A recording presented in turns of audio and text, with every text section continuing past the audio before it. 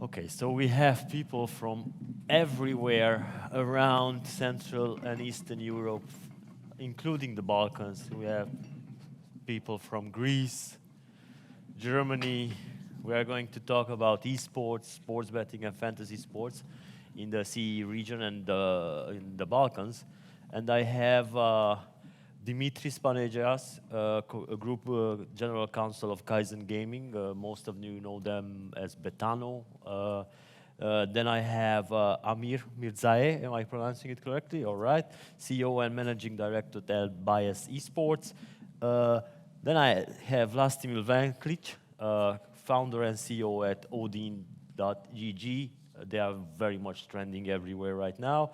Then I have Peter Ripple-Sabo, who is commercial and sports lawyer at Bird and Bird, another Bird lawyer here. And last but not least, Zlatan Omershapic, runner, head of legal and compliance at Ansoft from Bosnia and Herzegovina. All right, so guys, we'll dive into the questions because we don't have time for introductions. So, my first question is for Amir, Dimitris, and Vlastimil. So, what do you think that the main differences between traditional sports and esports when it comes to fan engagement and revenue generation in Central and Eastern Europe? And Zlatan will reply for the Balkans. So, Amir, let's start with you then. So traditional sports and esports, like biggest difference, of course. I mean, the target group is, of course, very much different.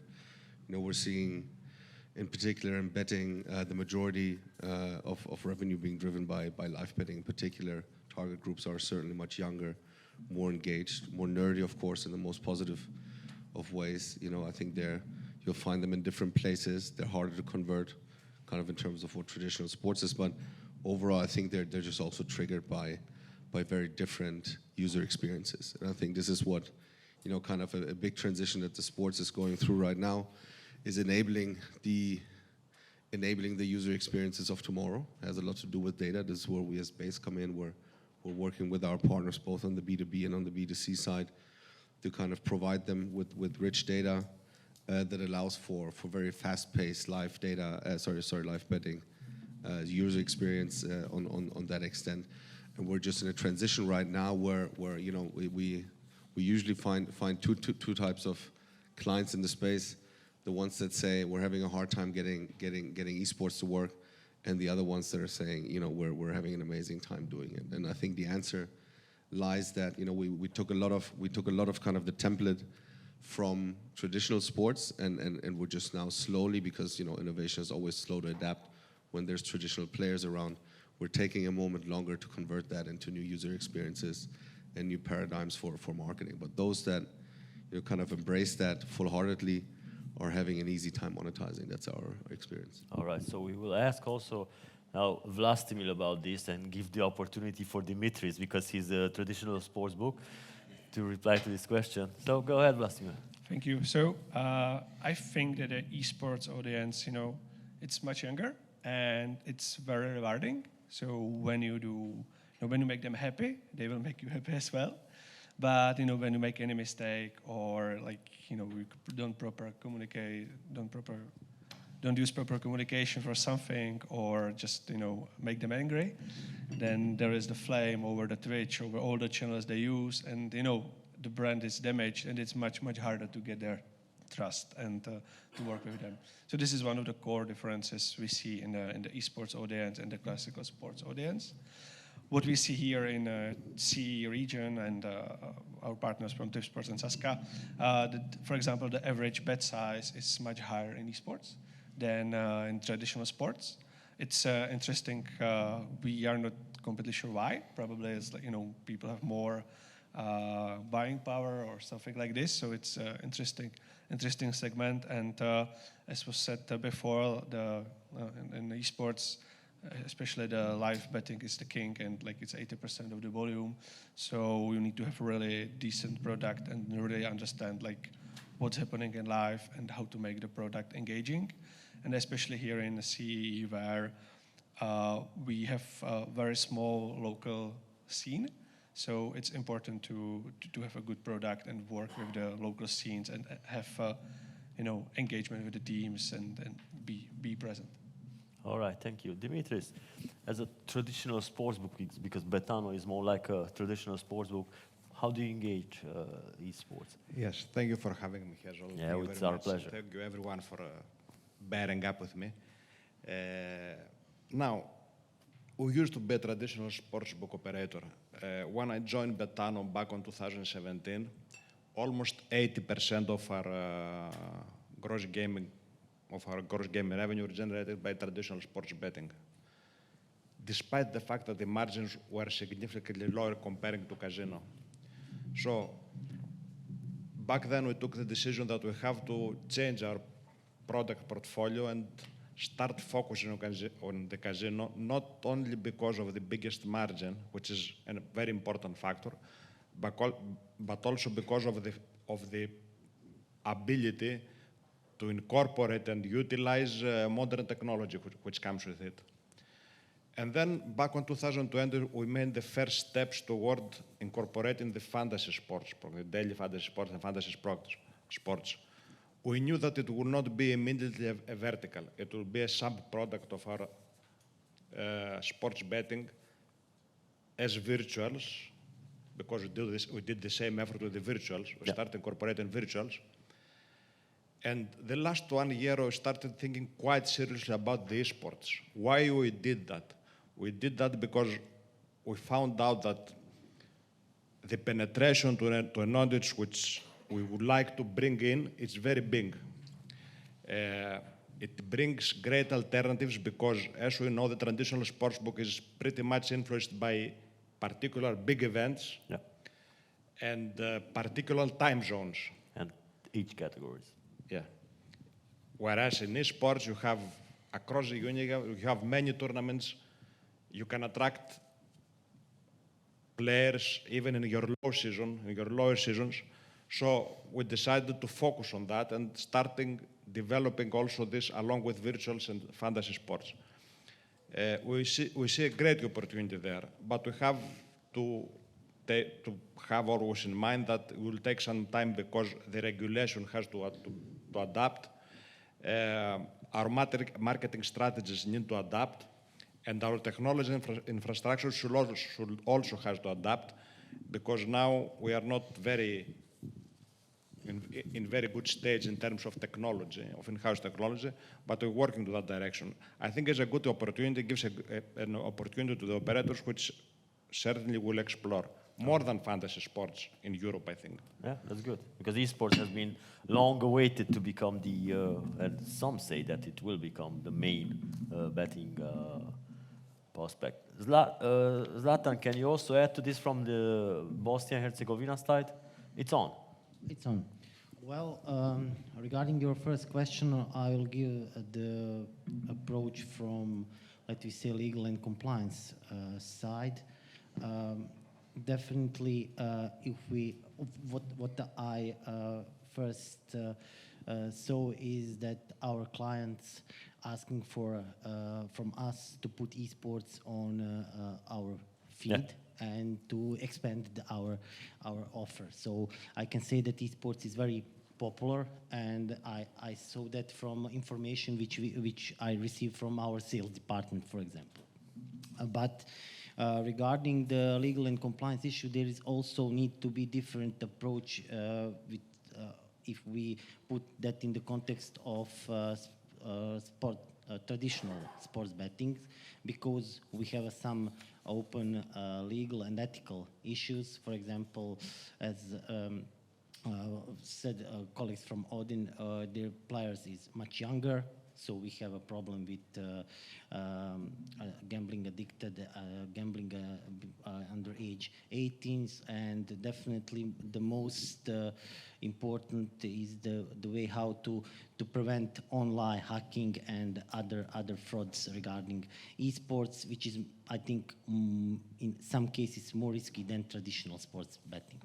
All right, so I'm going to ask also the second lawyer on the panel, Peter, about what falls within the category of esports. Yes, thanks for having me, first of all, and hi, everyone. I'm happy to answer this question. So I would say that esports is an umbrella term in the stands for competitive video gaming. And it means that there is an organizer who sets the rules who and how can participate, compete, and win at a tournament which is organized. And I believe the threshold here is that there are rules for participation, contractual rules, regulations. There are rules for the use of intellectual property, data, and monetization. So this is when we talk about esports, when players playing video games. All right, so I'm going to ask the esports experts on the panel right now about whenever, like, what are the unique challenges you guys are facing in this region when it comes to compare with other regions that, like, which regions are more developed in terms of having a culture in esports?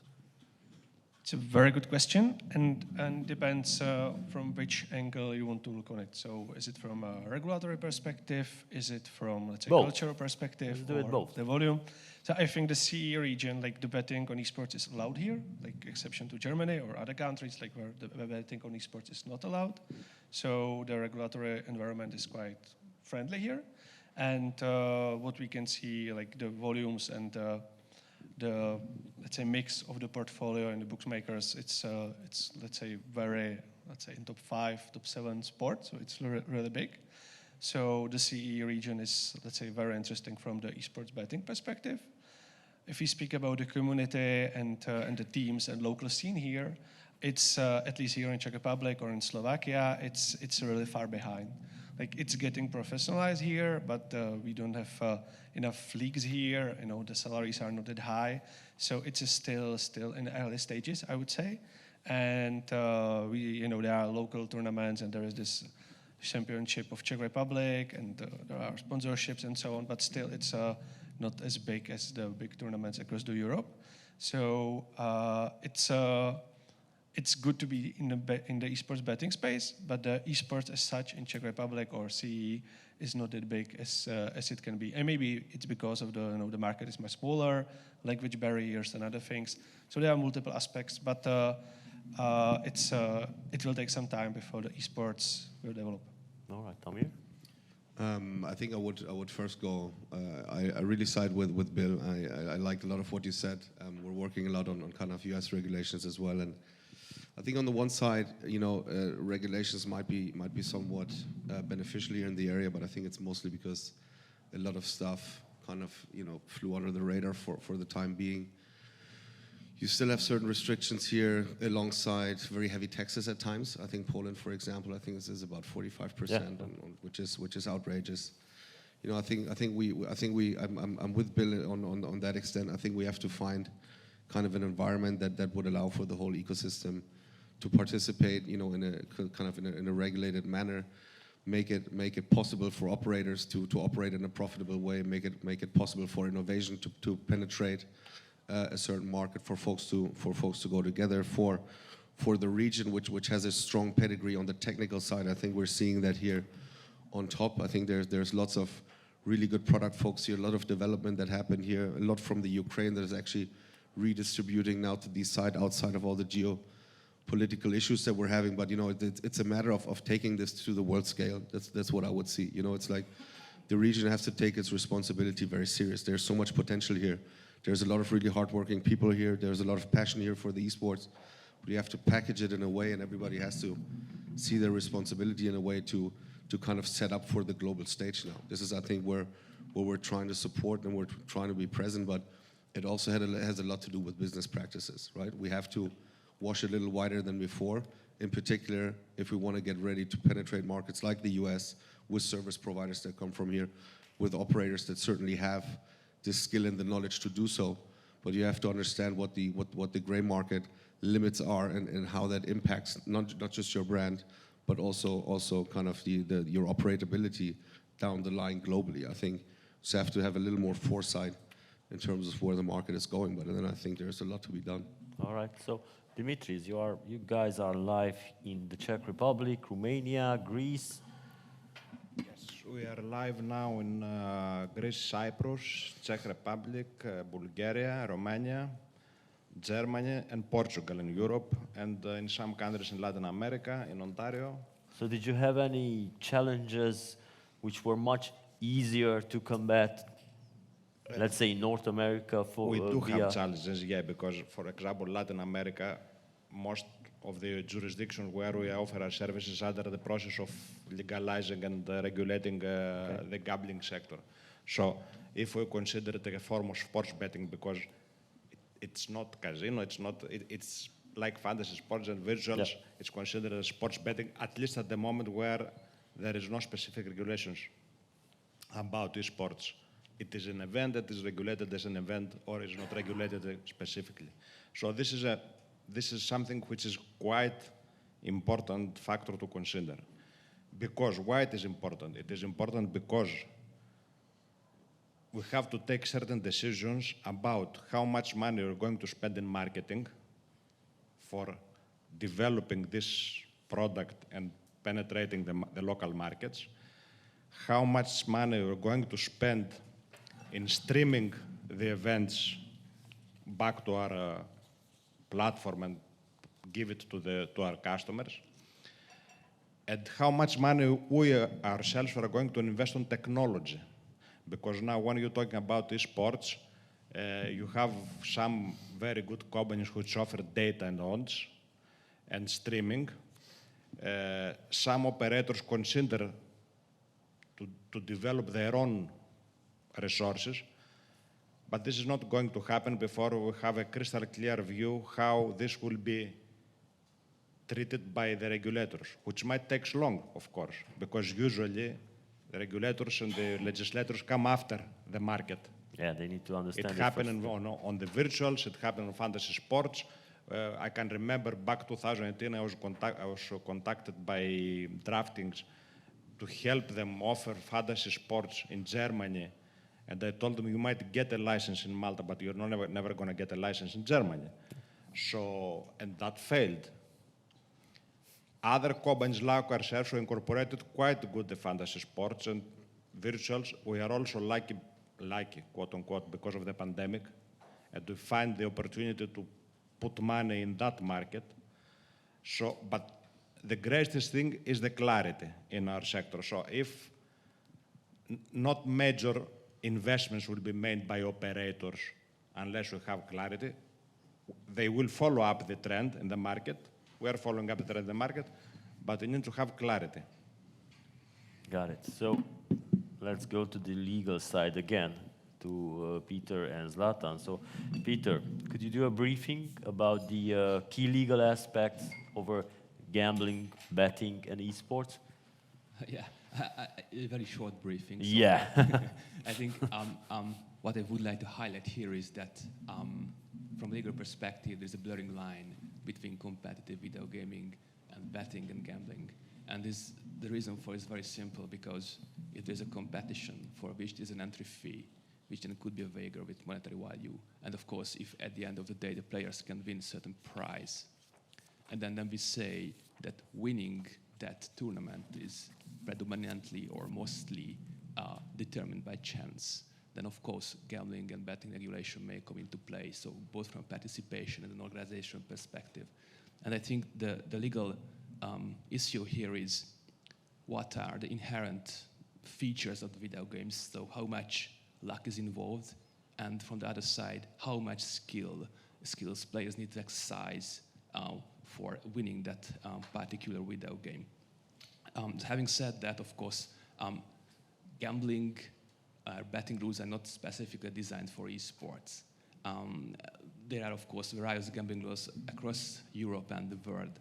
And what I can say that in the last 5-6 years, regulators have started looking into some aspects of esports, like skins betting or loot boxes. I was happy to hear yesterday that also in Austria there are some cases because of loot boxes, whether they qualify as a betting activity. And the last aspect I would like to highlight here is a certain gambling themed content within video games.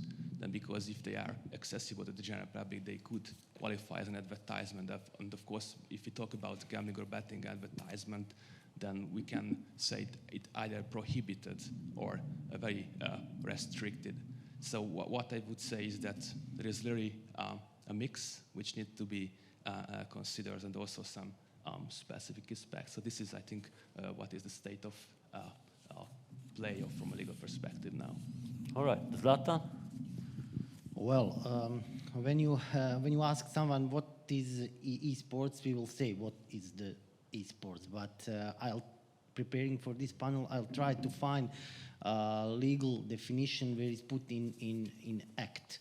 So I must say that in Balkan countries, Serbia, Montenegro, Bosnia and Herzegovina, I don't know what is with other regulation, I didn't check. There is no definition of esports. There is only, I found out only definition of sports or sports activity, which define that like a mental or physical activity. So we can say that esports is predominantly mental activities, because you know everything what you need to physically manipulate the controller. So according to that, we only find that definition where we can define esports like sports activities. Second question which arises from this is something what colleagues already mentioned. Is this a game of skills or games of chance? According to the regulation in Balkans countries, this is a games of chance. And according to that, you don't need to have any approval, for example, certification or something like that. And we are always happy that we do not have to start any certification process like virtual games or casino games and so on. And from that aspect, esports are very interesting to put that on the feed without any other, let's say, a regulatory precondition. So very interesting legal framework, especially if we take in consideration that esports are also very, very popular in Balkan countries. So to conclude, there is no law definition, and there is also some doubts, but is that games of skill and games of chance in Balkan countries, that is the games of chance. All right. Peter? Yeah. I just would like to reflect, because it's very interesting. I believe so. If we take into consideration the general concept of how sport is regulated, I mean, what is the concept?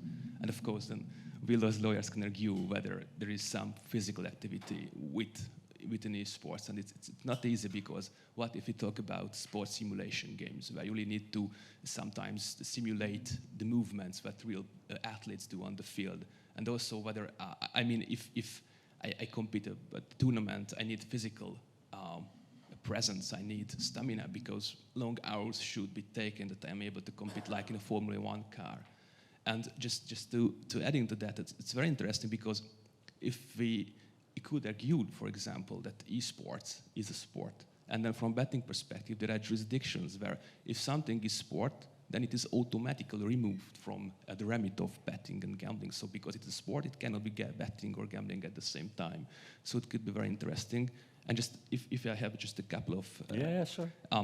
If just to take a wider perspective, what if esports is a sport? I think generally it does not matter at all, because we talk about commercials and exploitation, monetization. However, in a specific legal and commercial reality, we can say it could be important if esports is sport. Just let me say a couple of examples for this purpose.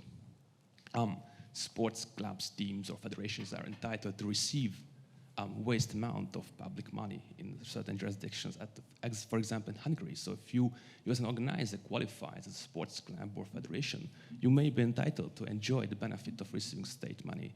And also sports federations in jurisdiction have a monopolistic status. They can say how a given sport is regulated, like in traditional sports, the local football association or basketball association. And also, we have been talking so much about safeguarding addiction and things like that. And for example, if you are an athlete, and then in several jurisdictions you have, you as a team or as an organizer or club must comply with certain safeguarding rules, minimum labor conditions, medical checks, athlete insurances. So, and again, taxation. For example, in Hungary, professional athletes are subject to different tax regime. Their tax rates are very beneficial. So, for example, if I'm an esports player and I can argue that I am an athlete under the concept of sport, and then my income or my salary or my price may be taxed at a lower level. So it's very very interesting issue here, and just to explore this further. Maybe It's okay. maybe I think the one thing that's just worth pointing out, and this is a big difference between traditional sports and esports.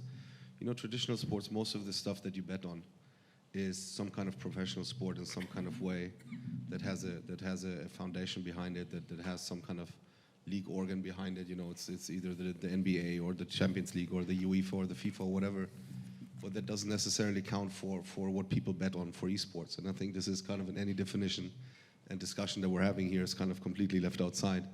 Everybody can basically come up with a league structure and say, this is now what I do and this is now the sports that we call esports, and then we don't talk about how that is supervised, what the elements of integrity are, and what actually the data origin is of the sources. And this is a big issue, you know, that we're trying to drive forward in the US that interestingly seem to be smarter back from their days in kind of a casino where somebody that offers a bet needs to have access to an official data stream or feed in any kind of way so that resulting can happen in a sorted way. Otherwise, I as the operator can go and say Peter has played with Hans and he's beat him 2-0.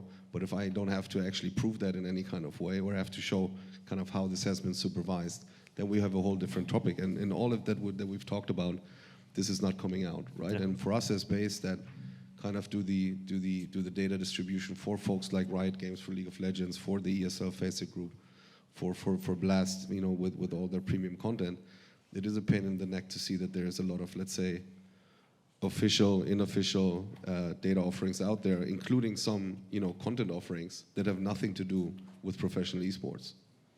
All right. So are there any, since the previous panel was about RG, are there any RG tools available for esports players or bettors? RG? Yeah, responsible gaming. Well, I guess it's like in the traditional sports, right? When you onboard your esports bettor. Because you know that they say that someday traditional sports betting will be entirely changed, and there won't be any traditional sports betting, just esports. It's a brave statement. Well, it will be good for us here if it will be true. But there are few, let's say, misconception about esports guys, like that they are underage bettors, like living with their mom and they cannot bet and so on. This is the common thing happening from time to time. So they typically are 18 plus. You need to enroll them, do the QIC, AML, and so on, and then you need to respect your regulatory and RG things. So it's quite standard regulatory thing in many jurisdictions. So I'm not sure that there is any specific, and there is any need to have a specific tool for RG for esports bettors. All right. So, yeah, sure.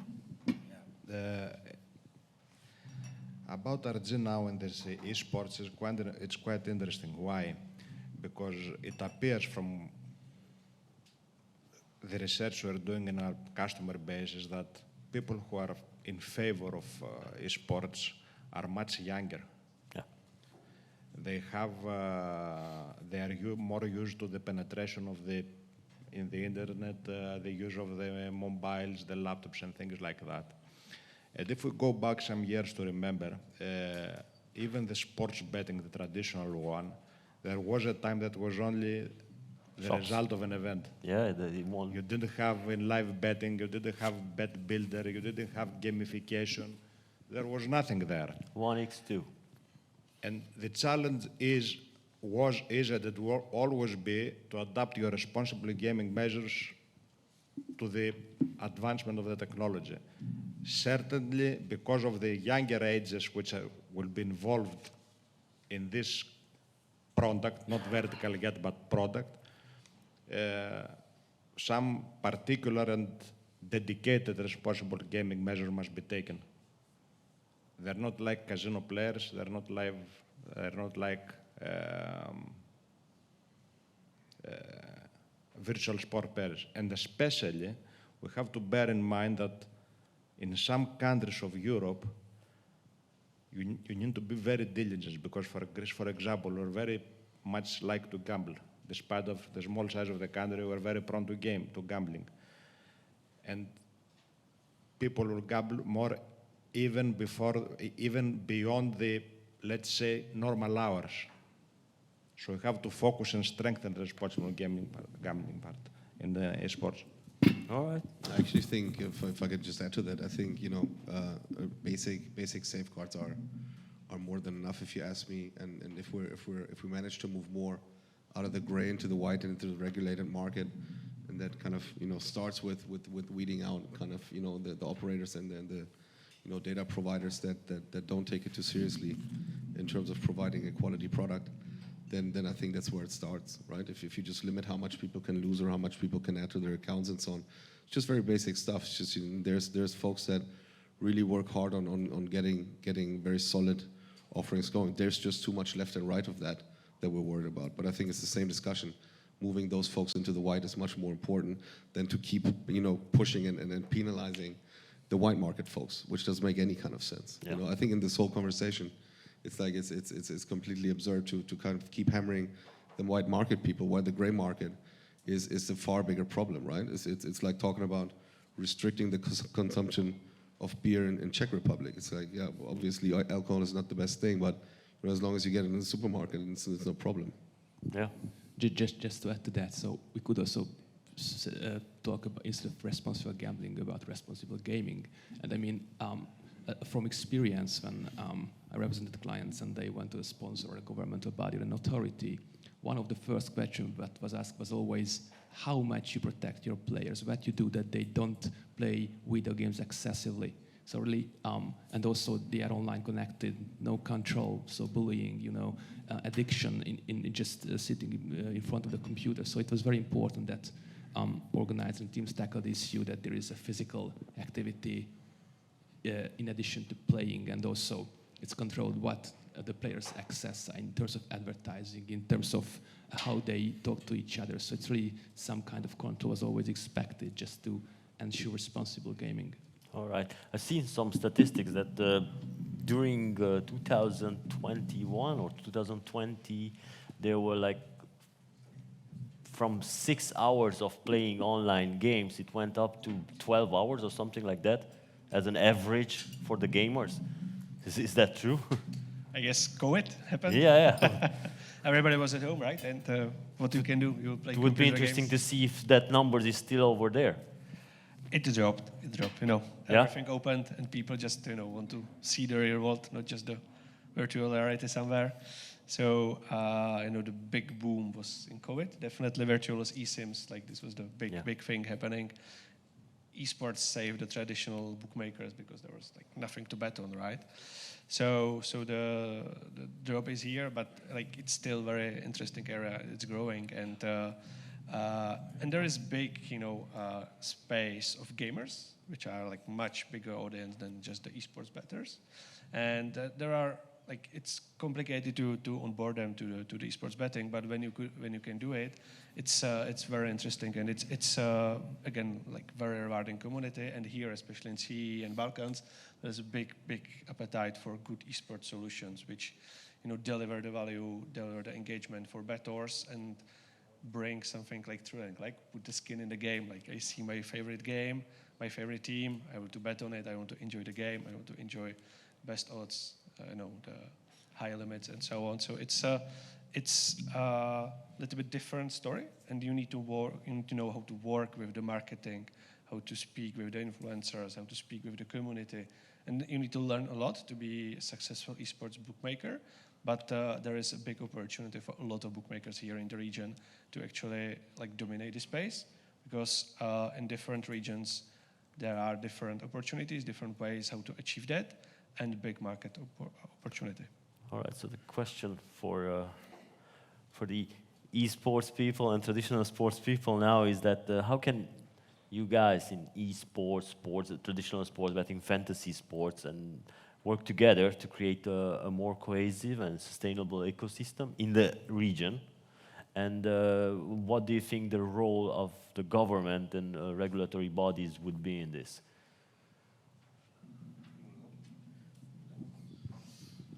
Yeah, I think as always, it's trying to collaborate. I think it's very important. Try to work on the market, in a more coordinated way. It's very, very important. I think we have a big issue, kind of establishing pricing levels. I think this goes back to certain to certain notions, to certain ideas in terms of pricing that go back to traditional sports.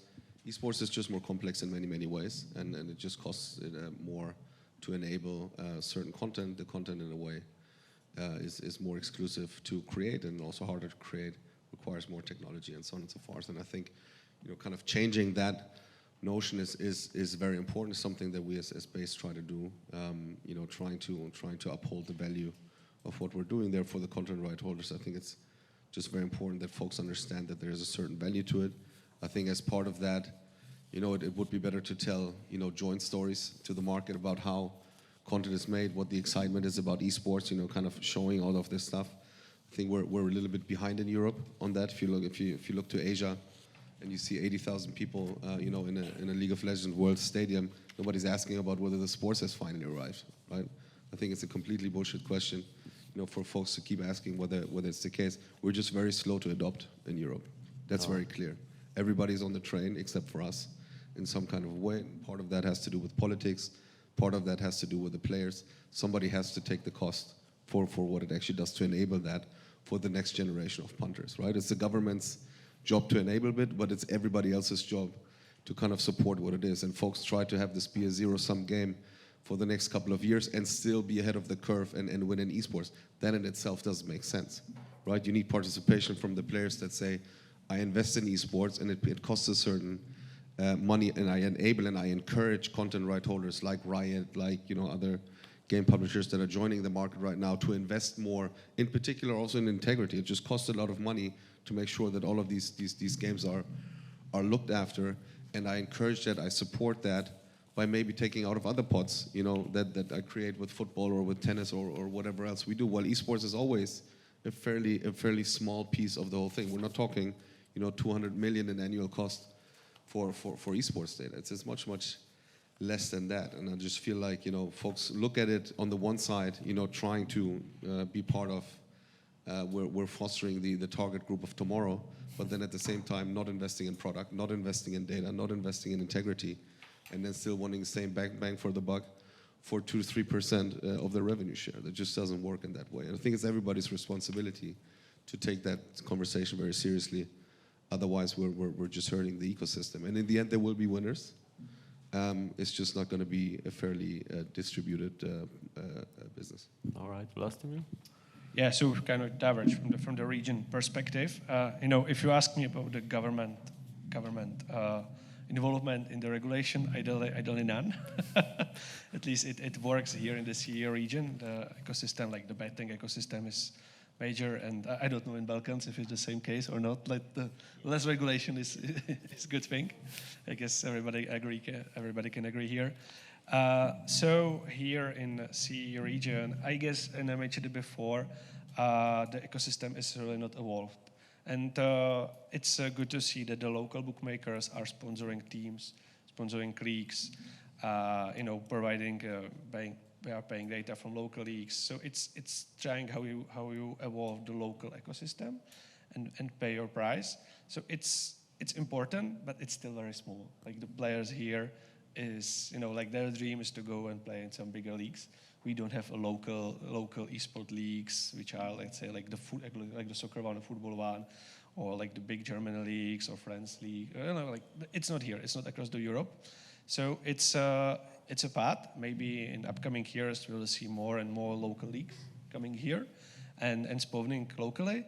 But this is definitely something the local bookmakers can help. Like they are sponsoring the big teams in soccer, so they can do the same thing for local teams, and they are trying to do that, and it will pay off, but it will take a lot of time. It's an investment, And I agree, if you look to Asia, you go to Singapore, when you are in bar, you don't see a soccer, you don't see football. You see esports, Dota, Mobile Legends, titles like this. So it's completely different world. And nobody just questions like, what is esports? Like, if it grow, what does it mean? Like, it's here, it's there. Like, let's bet on it, let's enjoy, let's see. It's a really different world. Dimitris? Yes. In my view, when we speak about esports and fantasy sports in Europe, and in particular this part of Europe or the Balkans, what we have is a sub-product of sports betting at the moment. That means that companies and operators which are focused in sports betting or a major part of their portfolio sports betting are the ones who are going to drive the market, not the casino companies. The casino companies, all the casino-focused companies, they're focused on the margin. It's just adding games in your portfolio and improving a little bit your customer service. Now, the issue here is that those companies who are going to drive the market, they will need first and foremost to incorporate this product in their portfolio in order to diversify it and enhance it.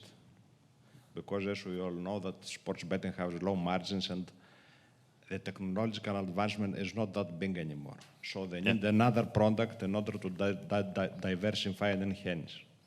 This product gives many opportunities because of the tournaments, because of the locations, because of the many things you can bet upon, many kinds of dedicated bets.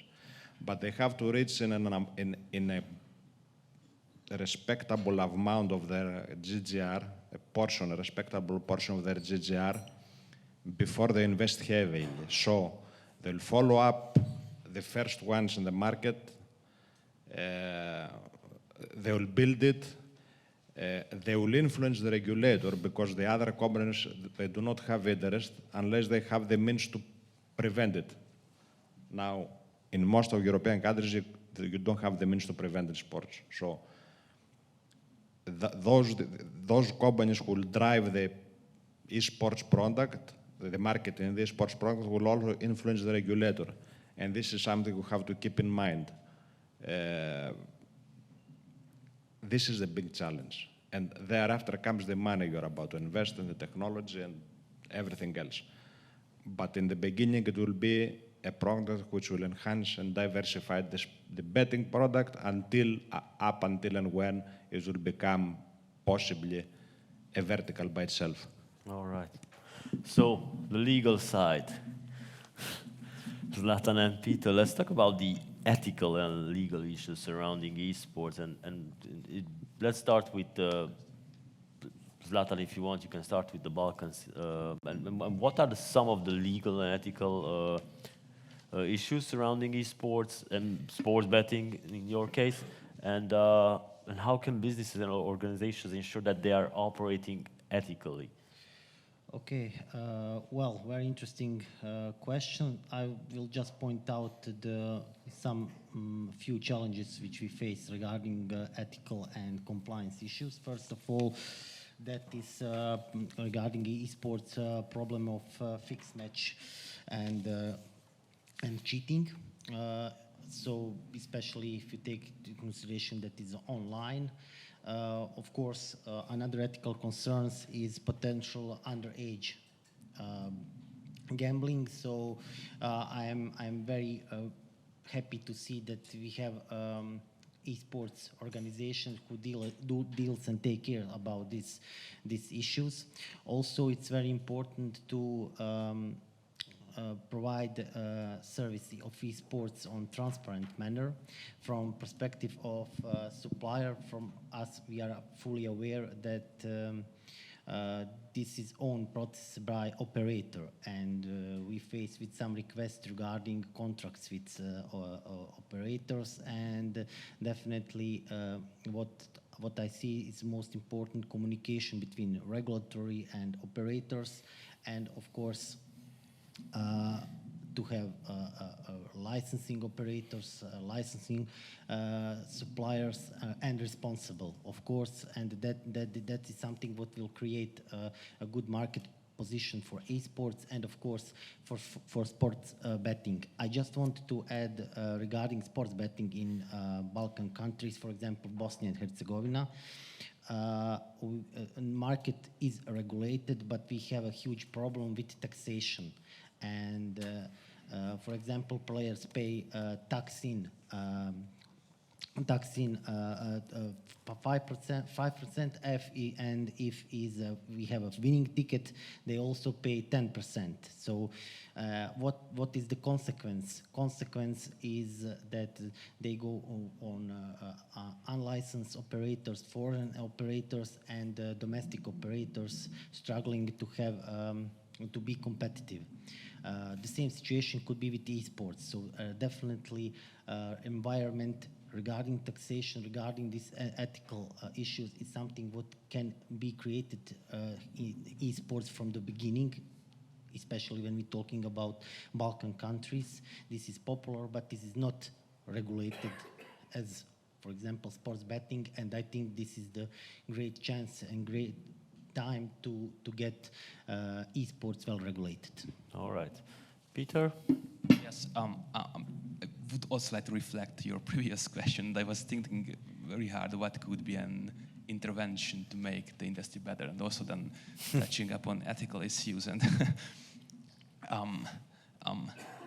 so I think for a tournament organization, there could some measures be introduced, like, to ensure integrity and a kind of level of playing field. I mean, because then if you have a solid product, then of course it is also good for the esports betting industry, that as just Letten said, that the competition is clear, it's clearly regulated. You know that there is no internal, external, illicit influence on the outcome.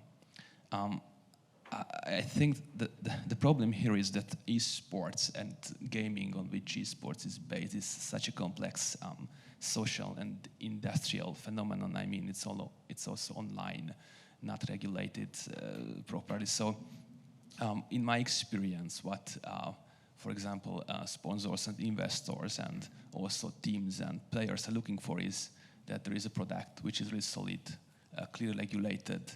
You know what you would join as a player, as a team, what you would spend money on as an investor, or like a sponsor. So I think if somebody is embarking to launch a product which is basically an esports tournament, then this is something which is of importance, so clear regulations, and everybody understands it operates within the boundaries of the law, which is not easy because consumer protection, media law, gambling, IP, data ownership, data protection, so on and so forth. So it's a complex one. Right. So esports people again. So what are the latest developments in the area, and maybe could you share some important trends? So latest development. So I guess there is a big opportunity in the mobile games, esports mobile games. It's a kind of untapped area, and the potential is quite really big because you have a title, and those mobile games are really local. Let's say very local for different jurisdictions. So, for example, in Brazil you have Free Fire, which is a shooter game. In Southeast Asia, who has Mobile Legends Bang Bang, which is like a MOBA game.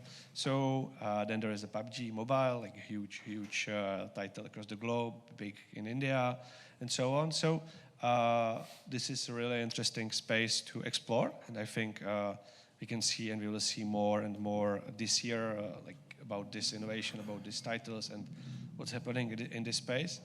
And what's kind of surprising for us is that we see increase in demand for esports in Africa, which is like something we didn't expect. Oh. But it's happening. I'm not saying like the numbers are really huge, but it's growing. And probably the bookmakers there are preparing, for the future. And I think that the mobile games can be very interesting in Africa because like nobody starts with computer, everybody starts with the mobile phone. So if they will play the games, then maybe they'll be interested to bet on them and see how it works. Of course, this is going hand to hand with the progress of the internet and so on. But it's let's say interesting trend we see, and in the mobile games. I think the biggest news is that we've created an ecosystem kind of around all the legal players and the white players that make it very easy for new titles and new content to come in and out. I think the news is a lot of what worked in the past from around League of Legends, Counter-Strike, and Dota still continues to work, and we're seeing more content coming around that. We're in the process of unlocking, for example, Korea data for the LCK for international betting, which is huge. We still have a lot of potential just in the upside on that side. We're seeing, the ESL, comes out with new content and IP. Blast the same. We're seeing other operators jumping in and out.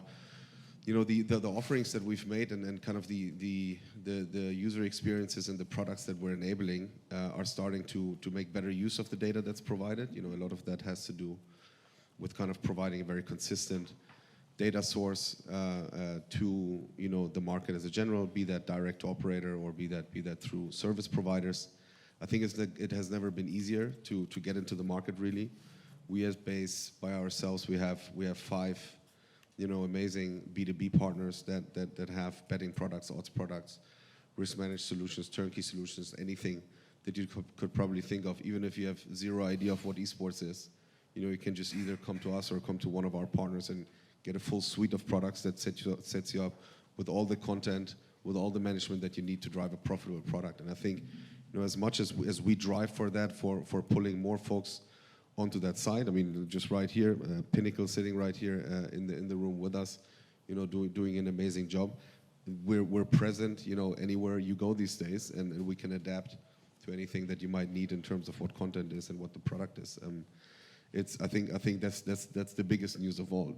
Titles will always change, IP will always change, but the infrastructure to dock that on, and a lot of that has to do with us at Base, kind of still driving for the majority of the content that counts with Riot, with ESL, with Blast, and so on. We're taking on more content. We're feeding it through the same pipelines, be that directly to operators, be that through the B2B partners, for everybody to make it available. And I think this is kind of the big challenge. And then, on the flip side, I think we're just driving for sensitivity and for awareness about what a proper offering is in the market, and we're seeing some good hearing there. Part of it in the US, kind of where I feel, versus, while you might say they're a little slow to adapt, at least they're having conversations with folks. Where I feel like in Europe, that's kind of that's the case. But I think the bottom line message is, I wouldn't know what anybody's waiting on, even if folks have zero idea of how to make money on esports betting. There's enough partners in the market now that do, and that actually share that. I think that's the beauty of the topic. Right. So this is what my final question would be for everyone and for the esports suppliers. First thing would be like, what advice would you give for a company that has never worked with esports before and wants to venture into it? What advice would you give them to start off with? Yeah, I mean, from our perspective, the one is to find a really good partner. I think this is what's key. The other one is just to get informed and get educated on what the offerings are in the market. There's a lot of opaque stuff, Odin and Base sit on the opposite sides of the extremes in terms of our policy and in terms of our positioning in the market. Fair enough, everybody for themselves needs to understand what they get themselves into, but at least get educated on why you choose a certain route and where that leads you in terms of, sustainability, in terms of, providing back to the community, in terms of where you want your products and your brand to sit within a while. I think this is the two things. It's like find the right partner for yourself and understand kind of what route you're getting yourself onto. All right, Rastimir? Yeah, I would say you have to be smart. Like you need to do smart marketing, like Stake, which is our recent customer, or guys from Nsoft. You need to be really smart how you want to position yourself in the space. You need to pick the best product, which I believe the Odin has the best product. And you need to think how you will engage your audience, how will work with the community, and then you can drive the volume, and then you can get more and more customers, and be interesting player on your field. Ultimately, it's about finding the right partner with a good product, and then you need to do marketing, which is like I guess the most important and the toughest thing in the market right now, like to differentiate yourself and to get a market share. Let's take US as an example, right? Bookmakers just spent thousands and thousands and millions of dollars for marketing and to get a market share, and they are not profitable for sportsbook now. So now, like the time is like every company needs to be profitable. You need to make money. You need to have a profitable cash flow and so on. So it's about being wise about the marketing and having the right marketing strategy and a good solid product. All right. So thank you everyone for your inputs. It was awesome. Are there any questions from the floor? All right. So let me just give you this microphone. Here we go. So, guys, do you think that, for example, there are a lot of controversies surrounding esports? Do you think, for example, that the owner of the largest esports betting company, GGBet, or at least one of the largest, should be able to own one of the largest esports teams, which is Navi? Or like, what can be done about this in the future? Very good question. Very good question. It's it's in Russia or Ukraine, so everything is possible there, I guess. From integrated perspective, it's not good. Of course, it's not good. There should be Chinese walls. I hope that there are Chinese walls, but the ownership structure should be different. Like there should I own the team, I own the bookmaker, and there are no connections between us. Like imagine that in NFL there will be DraftKings owning some team and then creating odds for that. Like it doesn't work in regulated markets. It can work in, let's say, regulated markets. But I hope that they are not crazy and not doing any bad stuff, and they are really Chinese walls. And things like this, doesn't help with the integrity in the industry. But I think that they see it, they understand it, and they will do some actions for it in the upcoming future. If I can just add, they did something. What they did is that they officially changed the owner, but later documents reveal that it's still. Yeah, but I mean, it's while yes, it's maybe not optimal. I worry more about the whole infrastructure in between. I mean, what's the guy gonna do? Keep telling his team to lose games or to win games, even though on the other side, of course, it's, as you said, it's not optimal. I'm in general, I'm less worried if there's you see the difference between League of Legends in a lot of ways and Dota, where Riot really invests heavily in having match fixing prevented, in having surveillance on every single match, driven by sport radar integrity, which is what Valve just doesn't do. I care about that part of the story, and in that part of the story, the top leagues are not the problem. In the pandemic, people were not. It's not the football Champions League where folks go for match fixing. It's the Thailand third league basketball teams, where the referee needs a little extra cash. That's more what I'm worried about. All right. So thank you so much. Thank you guys for this awesome panel.